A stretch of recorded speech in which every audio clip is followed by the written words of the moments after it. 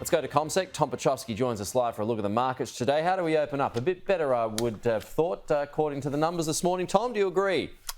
A little better, Pete. Good morning. Yes, we've got the futures pointing to an improvement of around 0.5%. When we kick off later on this morning, we've still got a fair bit of water to pass under the bridge as far as the US session is concerned, a little more than an hour's worth. So at this stage, it's been something of a bumpy ride for US stocks this day, but we've still got them up by a reasonable margin compared to what we've seen in recent days. So tech stocks are amongst the most improved. We've seen a moderation in long and short-term interest rates. So that's been helpful as far as that group's concerned. The Nasdaq up by around 0.8%, the broader market up by about 0.5%, and the Dow Jones up by around 0.4%, Pete. But to put that into context, over the course of the last couple of days, we've seen US stocks peel off quite aggressively, and the main catalyst for that was the stronger inflation reading that we got from some numbers at the end of last week, what US workers earned and spent, and the inflation measure within that, which is what the US Federal Reserve looks at really carefully.